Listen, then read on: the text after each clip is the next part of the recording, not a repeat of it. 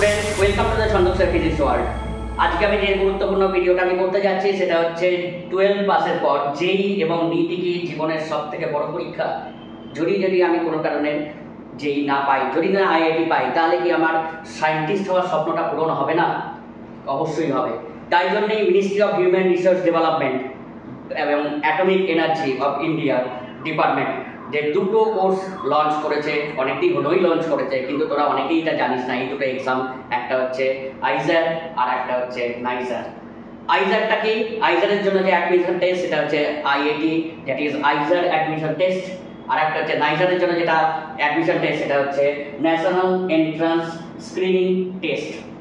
আইজার যে 7টা top most যে কলেজেস আছে, যে ইউনিভার্সিটিস আছে, সেটা কিন্তু 7টা ইন্ডিয়ার মধ্যে আছে।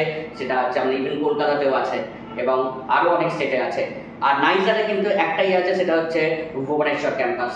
তো নাইজার থেকে যদি আমি পাই, অ্যাটমিক এনার্জি নিয়ে যদি পড়ি, তাহলে ভাবা অ্যাটমিক রিসার্চ সেন্টার, সেটা হচ্ছে সব থেকে প্রেস্টিজিয়াস সায়েন্টিস্টদের ক্ষেত্রে একটা জায়গা, ইন্ডিয়ানদের ক্ষেত্রে বিশেষ করে। সেই পার্ক, দ্যাট ইজ ভাবা অ্যাটমিক রিসার্চ সেন্টারে কিন্তু আমরা ডাইরেক্ট এন্ট্রি নিতে পারবো অ্যাজ এ জুনিয়র সায়েন্টিস্ট হিসাবে। আর আইজার থেকে পাস করলে আমরা কিন্তু অবশ্যই সায়েন্টিস্ট হতে পারবো, সেটা ইসরোতেও হতে পারবো, নাসাও হতে পারবো, ইভেন বার্কেও হতে পারবো। তাই আমাদের ওখানে যারা এমনি ক্লাসেস নেয়, যে প্রফেসরসরা ক্লাসেস নেয়, তারা কিন্তু মানে এক্সট্রা অর্ডিনারি কোয়ালিফাইড সায়েন্টিস্ট তারা ক্লাসেস নেয়। তো ওখানে তোদের প্র্যাকটিক্যাল লেভেল, রিসার্চ লেভেলটা একদম এক্সট্রা অর্ডিনারি লেভেল তোরা করতে পারিস, উইদাউট এনি মানে হেজিটেশন, উইদাউট এনি লিমিটেশন। তুই এক্সট্রা অর্ডিনারি লেভেলে করতে পারিস, কারণ গভর্নমেন্ট কিন্তু আমাদের এই যুব সমাজকে অনেক অনেক ফ্রি মানে হ্যান্ড, মানে অ্যাকচুয়ালি অনেক ফ্রি হ্যান্ড দিয়ে দিয়েছে যে রিসার্চের ডেভেলপমেন্ট থেকে উন্নতি বা ডেভেলপমেন্ট করার জন্য। তাই তোদের যদি আইআইটিতে আমি যদি ফেলিয়ার হস, যদি আমার কি সায়েন্টিস্ট হওয়ার স্বপ্ন পূরণ হবে না? অবশ্যই হবে।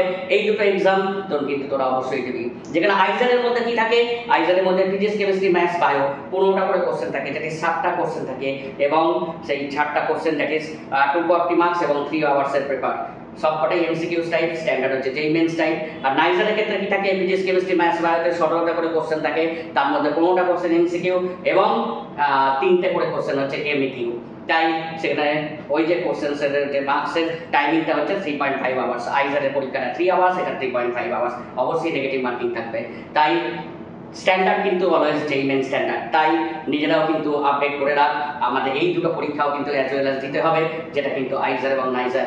যদি আমি ভবিষ্যতে সায়েন্টিস্ট হতে যাই, ভবিষ্যতে অ্যাটমিক নিউক্লিয়ার সায়েন্স নিয়ে পড়াশোনা করতে যাই, আমি যদি বার্কে সায়েন্টিস্ট হতে যাই, আমি যদি নাসায় সায়েন্টিস্ট হতে যাই, আমি যদি ইসরোতে সায়েন্টিস্ট হতে যাই, তাহলে কিন্তু এই দুটো পরীক্ষাও কিন্তু অত্যন্ত জরুরি আইআইটি দেওয়ার পাশাপাশি। Thank you. চ্যানেলটা সাবস্ক্রাইব করে রাখ, অনেক এরকম ভিডিও আসছে তোদের, যাতে কেরিয়ারটাকে একটা অন্য লেভেলে নিয়ে যেতে পারিস। অবশ্যই চ্যানেলটা সাবস্ক্রাইব করে রাখবি। Thank you.